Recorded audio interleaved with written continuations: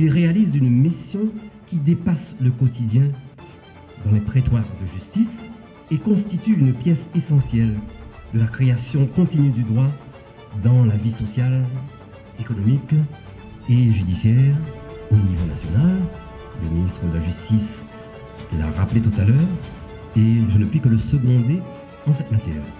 Mais plus encore, l'avocat est un acteur primordial dans la défense de l'état de droit, lequel a besoin d'être en permanence protégé et défendu, d'où sa responsabilité de dire, traduire, expliquer, transmettre les principes du droit, de faire ressortir son importance, de souligner sa force dans la gestion de la société.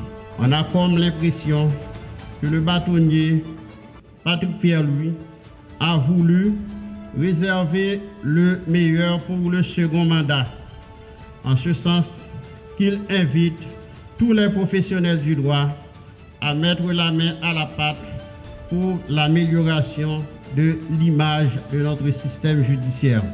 Nous venons de procéder à la rentrée judiciaire pour l'exercice 2025-2026. La tenue de cette cérémonie solennelle à la Cour de cassation, une tenue historique, témoigne de la détermination des forces de l'ordre de reprendre définitivement le contrôle du centre administratif de Port-au-Prince. Cette lutte afin de rétablir la sécurité, qui est la priorité du gouvernement, est une des conditions essentielles à l'organisation des élections.